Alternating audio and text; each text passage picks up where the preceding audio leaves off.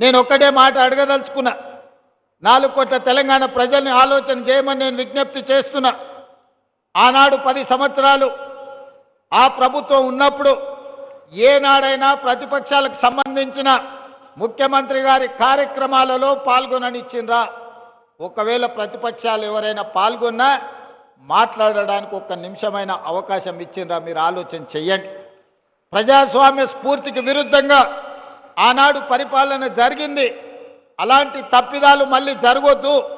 ప్రతిపక్షంలో మేము ఉన్నప్పుడు సచివాలయానికి వెళ్తే వందలాది మంది పోలీసులను పెట్టి తాళ్ళు పెట్టి కట్టేసి మీరు సచివాలయానికి రానే వద్దు, మిమ్మల్ని రానియమని నన్ను సీతక్క లాంటి వాళ్ళను తీసుకెళ్లి పోలీసులు నిర్బంధించి మా ఇంటి గేటు దగ్గర పడేసిపోయినారు.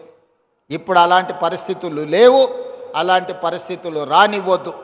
నేను నిన్న ఢిల్లీకి వెళ్ళిన, ప్రధానమంత్రిని కలిసిన, కేంద్ర మంత్రులను కలిసిన, మన తల్లి సోనియమ్మ ఆశీర్వాదం తీసుకొని ఇవాళ తెలంగాణ రాష్ట్రంలో సగర్వంగా నిలబడి నాది తెలంగాణ రాష్ట్రం అని గొప్పగా చెప్పుకుంటున్నామంటే ఆ తల్లి సోనియమ్మ ఆశీర్వదించి 60 సంవత్సరాల ఆకాంక్ష అయిన తెలంగాణ రాష్ట్రాన్ని సోనియమ్మ వల్ల మన కల సాకారమైంది.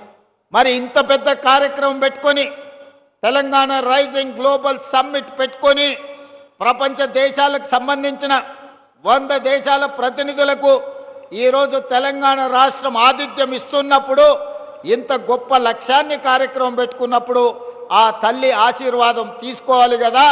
కన్న తల్లితో సమానమైన సోనియమ్మ ఆశీర్వాదం తీసుకొని ఈనాడు ఉక్కు సంకల్పంతో ఏ ఆకాంక్షల కోసం, ఏ అభివృద్ధి కోసం, ఏ సంక్షేమం కోసం సోనియా గాంధీ గారు తెలంగాణ రాష్ట్రం ఇచ్చిండ్రో ఆ తెలంగాణ రాష్ట్రాన్ని అభివృద్ధి పదం వైపు నడపడానికి, ఆ లక్ష్యం వైపు సాగడానికి సోనియమ్మ ఆశీర్వాదం తీసుకొని మల్లికార్జున్ ఖర్గే గారు, రాహుల్ గాంధీ గారు, ప్రియాంక గాంధీ గారిని కలిసి మా రాష్ట్రానికి రండి అని, అదేవిధంగా పీయూష్ గోయల్, నిర్మలా సీతారామన్ గారి నుంచి మొదలు పెడితే పెద్దలు నరేంద్ర మోడీ ప్రధానమంత్రి వరకు అందరినీ కలిసి ఆహ్వానించడం.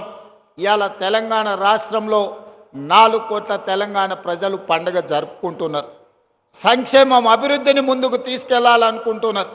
మరి అవి తీసుకెళ్లాలనుకున్నప్పుడు రాష్ట్ర కేంద్ర ప్రభుత్వాలు సహకరించుకోవాలి కదా, సమన్వయం చేసుకోవాలి కదా. మనకు అవసరమైన మన ప్రణాళికలను ప్రధానమంత్రి గారి దృష్టికి తీసుకువెళ్ళాలి కదా.